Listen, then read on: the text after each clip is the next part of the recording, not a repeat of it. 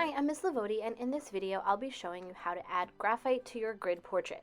This video is about 40 minutes worth of work condensed into 2 minutes. Based on your skill level, you might need more than 40 minutes to draw, and that's okay. Take your time. Since we have limited supplies, all of the shading done in this video is done with a regular pencil, a tissue, and an eraser.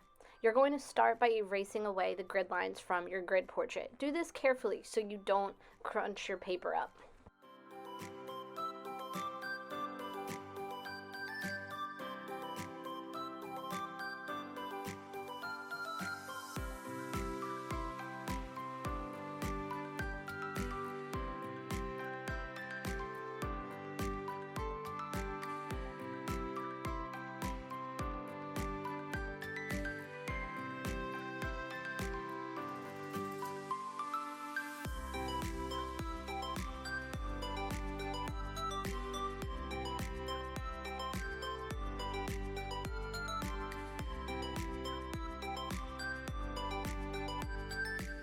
To start shading, I begin with a patch of graphite on a separate sheet of paper. I use a tissue or blending tool to lift this graphite up off the paper and apply it to areas of the face that have shadows. So you can see what I'm doing here. I have my patch of graphite, I've wrapped my tissue around my finger, I've made sure that I'm looking at my reference picture in black and white, and I'm starting to apply the graphite softly to the skin areas that have some shadows. I can go in and use my pencil eraser to erase away more highlights. Remember, this is a little bit of a balancing act. You don't want the light areas of the portrait to get too dark. You can always erase them, and you can always layer more pencil. To start doing the eye, I like to pay attention to the shadows in the creases of the eyelid, the direction and shape of the eyelashes, you may not see individual ones, and the size and shape of the pupil and iris. Also a good idea to take a look at the values that you see within the white of the eye and the tear duct.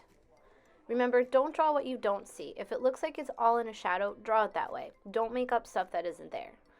So I'm starting to color in the colored part of the eye, which in this picture, you don't really see a distinguished pupil and iris.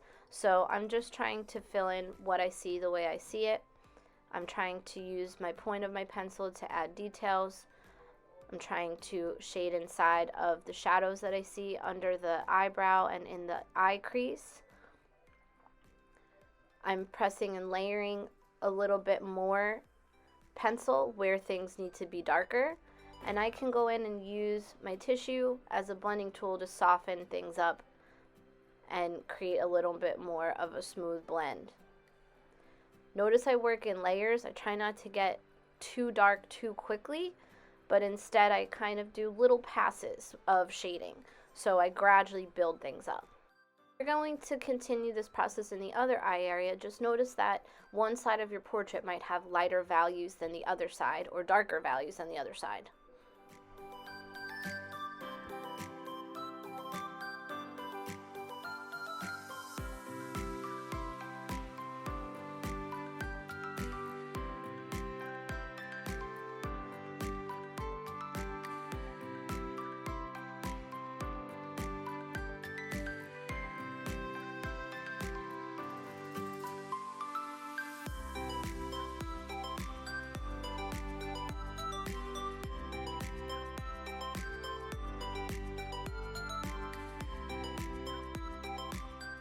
For the nose, try not to keep an outline. Instead, look for dark shapes and light shapes that make up the nose.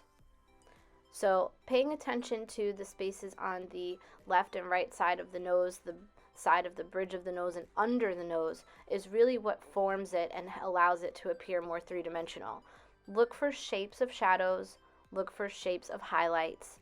The cheek area around the nose gives the face structure. So pay attention to all of those values around each other that are forming your portrait.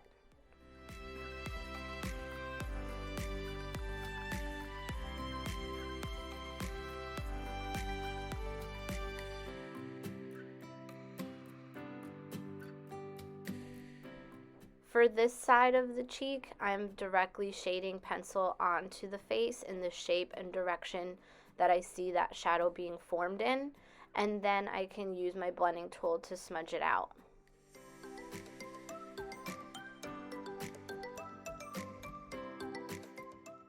the lips, pay attention to the highlights and shadows above and around the mouth. Sometimes the top lip is a little bit darker in value than the bottom, and the bottom lip might have some strong highlights.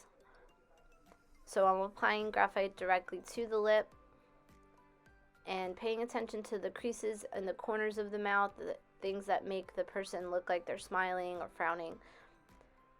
You can blend the lip as needed, and make sure you pay attention to highlights. You can use your eraser to erase out highlights as well. Pay attention to shadow under the lip. That's helping to form the chin. Soften that up with a blending tool and look back for highlights. If things get too dark, use your pencil to make them look brighter and lighter.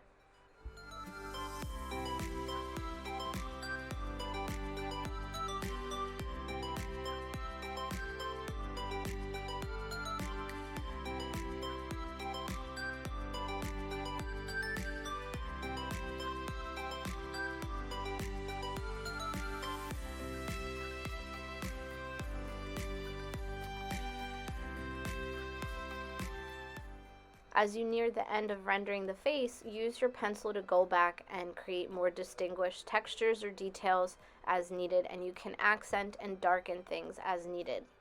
So that way the features of the face really stand out nicely. Stay tuned for another video about creating hair texture.